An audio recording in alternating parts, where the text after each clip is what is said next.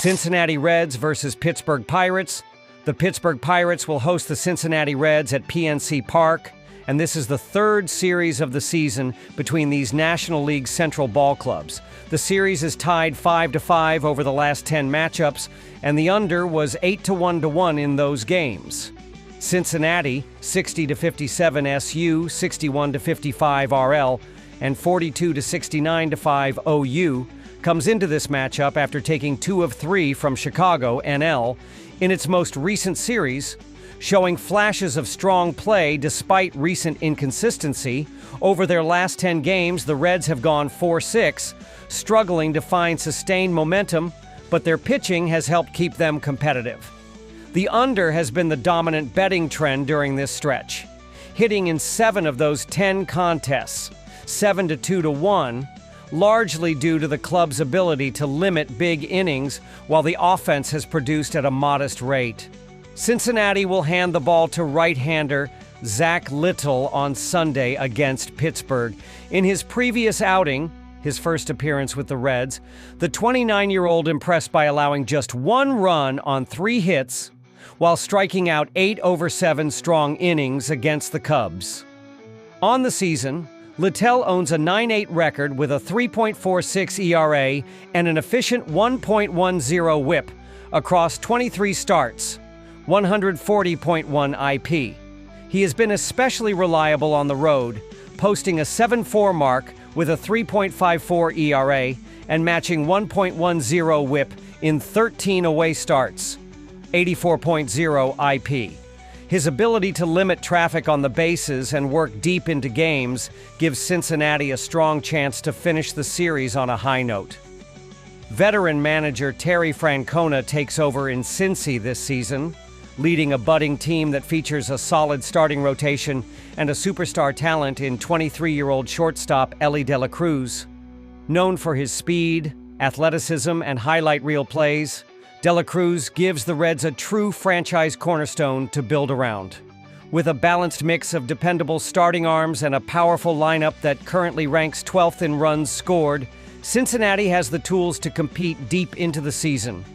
If their young core continues to develop and Francona can maximize the talent on hand, the Reds have the makings of a legitimate playoff-caliber squad. Pittsburgh, 51-66 SU, 61-56 RL, and 48-66 OU, lost 2 of 3 games to San Francisco in its previous series. The Pirates were 6-4 in their previous 10 games. The over was 6-4, and have shown flashes of competitiveness despite their overall struggles, with several close games coming down to late innings, suggesting they remain a pesky opponent capable of surprising stronger teams. While Wheeler typically keeps the opposing offense in check, the Phillies' bats should have no trouble getting to Corbin and the Rangers' bullpen. The Rangers have gone over the total in 3 of Corbin's last 5 starts, a sign that opposing lineups have been able to string together runs against him. They have also gone over the number in 3 of their last 5 games overall, with their pitching staff allowing too many scoring opportunities late. Expect this one to sneak over the total as well, thanks to the lethal Phillies offense, which has been producing consistently with power and timely hitting, capable of breaking open a game in just a few innings. Paul Skeens has been the most interesting aspect of Pitt's 2025 season, as the ball club as a whole hasn't made much noise in the NL Central. The Pirates have talent, as O'Neal Cruz and Brian Reynolds are solid players, but they need more help to contend, particularly in pitching depth and consistent offensive production throughout the lineup, as inconsistency has plagued them in key series and limited their ability to climb the standings. The under has been a strong trend when these two teams face division opponents. With a combined 36-22-4 record in Reds and Pirates games against the NL Central this season. Cincinnati has yet to face Burrows, giving the Pittsburgh starter the element of surprise, while the Pirates hitters have logged just 16 combined at-bats against Littell, offering them little familiarity with his repertoire. That lack of exposure should work in favor of both starters as they look to navigate through the opposing lineups effectively. Offensively, neither team has been producing at a high level lately. The Reds have struggled mightily at the plate, ranking 28th in WRC+ over the last 2 weeks, while the Pirates sit in the middle of the pack at 18th, indicating only marginally better form. Historically, this matchup has leaned heavily toward low-scoring affairs, with the undergoing 8-1-1 in the last 10 meetings between these two clubs.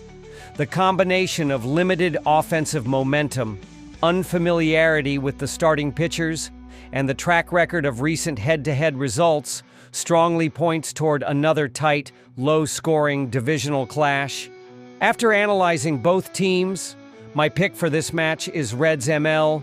Drop your thoughts and predictions in the comments box. Los Angeles Angels versus Detroit Tigers. The Los Angeles Angels, 55-61, and the Detroit Tigers, 67-50, will close out their 3-game series in the American League on Sunday. The first game of the set was played on Friday night with the Tigers winning 6-5. The second game was played on Saturday night. Detroit leads the season series 4-1. Los Angeles will start Jack Kochanowicz with a 5.85 ERA. Detroit is sending out Casey Mize, 3.50 ERA.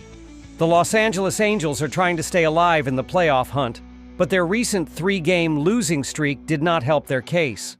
The Angels lost their last 2 games in a home series against Tampa Bay, then lost the first game here in Detroit.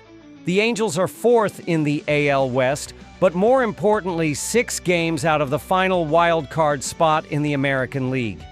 In Friday's game, the Angels held a 5-3 lead going into the bottom of the 8th inning, but could not hold on in the 6-5 loss. Zach Neto homered in the 5th inning of that game. The 24-year-old shortstop was batting leadoff and has strong numbers of 17 home runs, 46 RBIs, and a .267 batting average. He is in just his 3rd season in the league, with all 3 years being played with the Angels. Joe Adell also homered later in the game. It was his 24th of the year to go with 67 RBIs. Adell played both right and center field in the game and batted 5th in the lineup with his 232 batting average. Taylor Ward took the cleanup spot. The left fielder leads the team with 26 home runs and 84 RBIs. Jack Kochanowicz will make his 22nd start of the season as a 24-year-old right-hander. He has a 3-9 record, but the team has won in each of his last 2 starts. He has a 5.85 ERA with a 70-53 strikeout-to-walk ratio.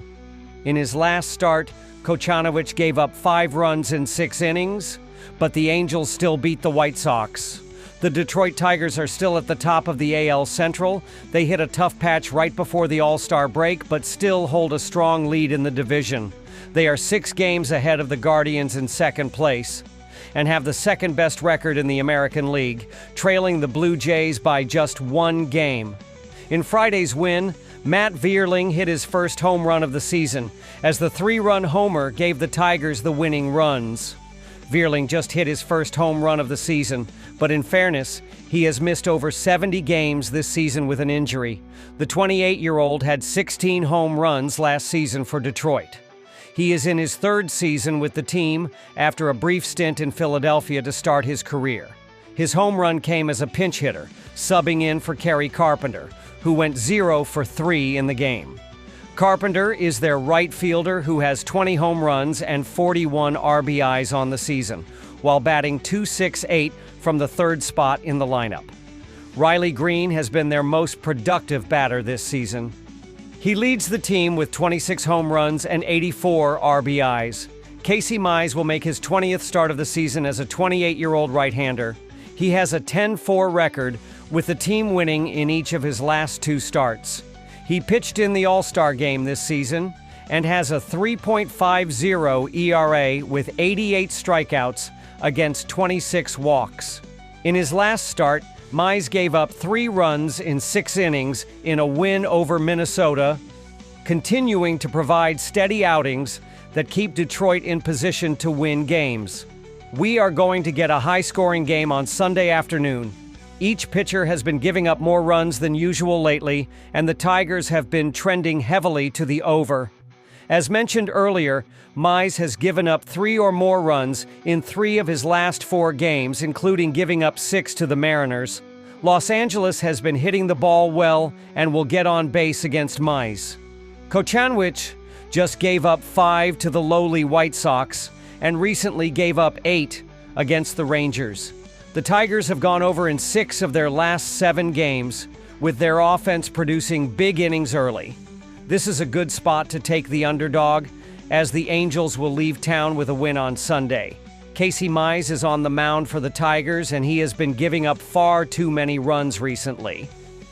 Over his last 4 games, Mize gave up 6 against the Mariners, 4 against the Pirates, and most recently 3 against the Twins. He has not been powering through opposing lineups, and the Angels have been hitting the ball well enough to put up a big number here. Nito, Trout, Ward, and Adele are all healthy for Los Angeles and are threats to go yard in any game. The Angels won the last 2 with Kochanowicz on the mound and will grab another win here, especially if they can get to Mize early and force Detroit's bullpen into extended duty.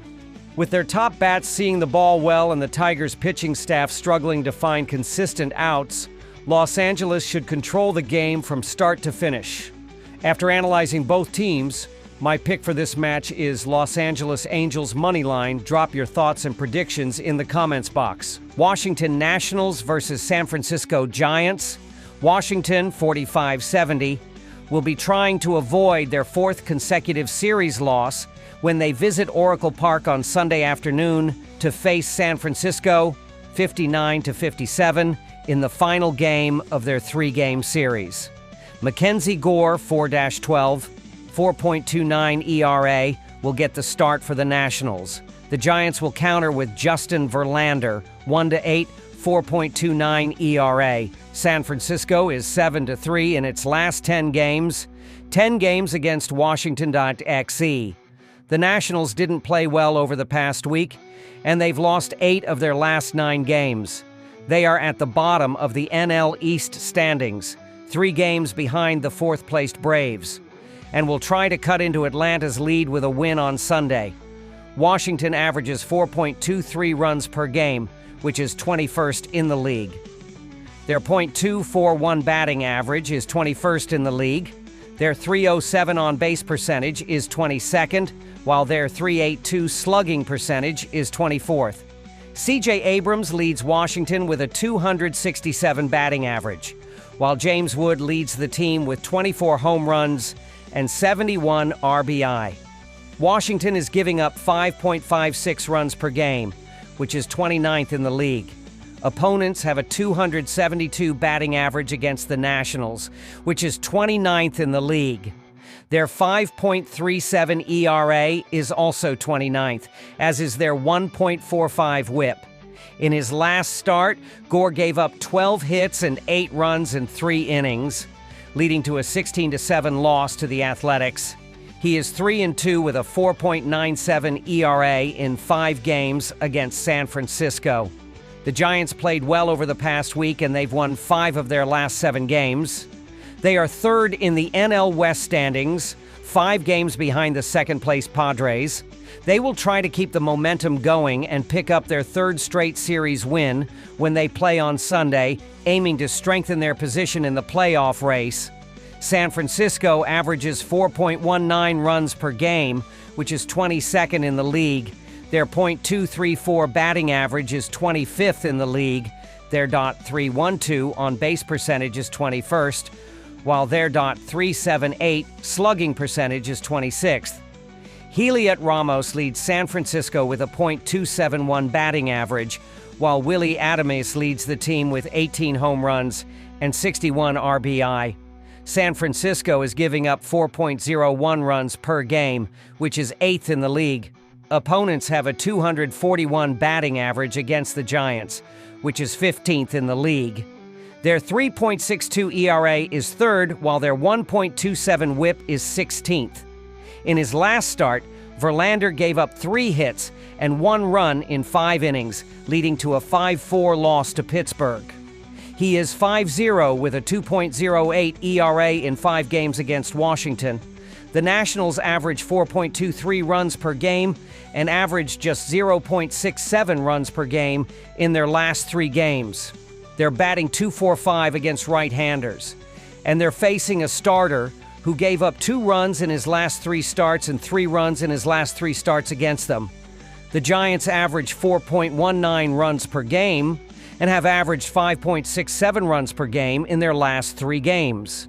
They're batting .212 against left-handers, and they're facing a starter who gave up 8 runs in his last 3 road starts. Given these numbers, don't expect these teams to score enough runs to push the total over. Additionally, the Giants and Nationals have played under the total in their last 4 meetings, further reinforcing the likelihood of a low-scoring game. Pitching struggles and strong bullpen performances on both sides should keep this contest tight and under the projected run line. The Giants have won 5 of their last 7 games, while the Nationals have lost 7 of their last 8 games. San Francisco has the edge here because Gore struggled on the mound in recent starts, giving up 15 runs in his last 3 starts.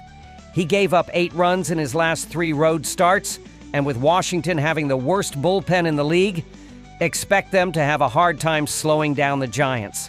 San Francisco's lineup has been producing timely hits and capitalizing on mistakes, and facing a pitcher in poor form sets them up well to keep that momentum rolling. If Gore exits early, the Nationals' relief corps, already stretched thin, will likely give the Giants even more opportunities to break the game open and secure another victory. Washington won't be as successful offensively because Verlander looked good on the mound in recent starts, giving up only 2 runs in his last 3 starts. He gave up 3 runs in his last 3 starts against the Nationals. And with San Francisco having the 4th best bullpen in the league, they will keep Washington's offense in check. The Giants' relievers have been particularly effective at stranding inherited runners, which will make it difficult for Washington to manufacture runs even if they get on base. Combine that with Verlander's ability to work deep into games and limit hard contact, and the Nationals could find themselves in a low-scoring struggle from the opening innings. After analyzing both teams, my pick for this match is San Francisco Giants minus 1.5. Drop your thoughts and predictions in the comments box. Yours, Toronto Blue Jays versus Los Angeles Dodgers. The 2025 Major League Baseball season goes on Sunday, August 10th, with the Interleague Showdown at Dodger Stadium in Los Angeles, California, where the AL Best Toronto Blue Jays take on the Los Angeles Dodgers. Toronto and Los Angeles wrap up their 3-game regular season series. The Dodgers beat the Blue Jays 5-1 in the opener, while the middle game has been excluded from the analysis. The Toronto Blue Jays started this week with a 3-game series at Coors Field in Denver, Colorado, where they outscored the Colorado Rockies 45-6. The Jays mustered 10 hits at Dodger Stadium on Friday night, but they managed to score just 1 run. Toronto remained top of the AL East. The Blue Jays were 3 games ahead of the Boston Red Sox, boasting the best record in the American League. Toronto is slashing a robust 347/393/590 with 15 home runs in August, while the Blue Jays bullpen has compiled a 5.23 ERA, 1.21 WHIP, and a .197 batting average against so far this month. Eric Lauer is set to pitch Sunday at Dodger Stadium. The 30-year-old lefty boasts a 7-2 record with a 2.59 ERA and 0.97 WHIP over 80 innings this season. He's gone 3-0 over his previous 4 starts, allowing just 6 earned runs on 19 hits and 2 walks across 25 innings of work. Lauer is 7-2 with a 2.63 ERA and 1.14 WHIP in 12 career starts against the Dodgers, though the former Milwaukee Brewer hasn't met them in 2 years. The current Dodgers are 18 for 73 with a double and 5 home runs against Lauer. The Los Angeles Dodgers scored 5 runs on 7 hits in the opening game of this series. They overcame the Blue Jays' early lead, and Mookie Betts hit his first home run since July 5th. Betts went 2 for 4 with 3 RBI, while Shohei Ohtani had 3 hits in 5 at-bats and scored 2 runs. It was the Dodgers' 6th win in 10 games, and the reigning World Series champions increased their lead in the NL West to 3 games. The Dodgers are hitting .309, .417 with 8 home runs in August, while their bullpen has amassed a 3.86 ERA, 1.50 WHIP, and a .286 batting average against so far this month. Yoshinobu Yamamoto is projected to get the starting call on Sunday, and the 26-year-old right-hander carries a 10-7 record with a sturdy 2.51 ERA and 1.04 WHIP in 22 starts. 122 innings pitched in 2025. He's gone 2-0 over his previous 4 starts, surrendering only 4 earned runs on 18 hits and 5 walks through 24.2 innings while punching out 30. Yamamoto has never met the Blue Jays before.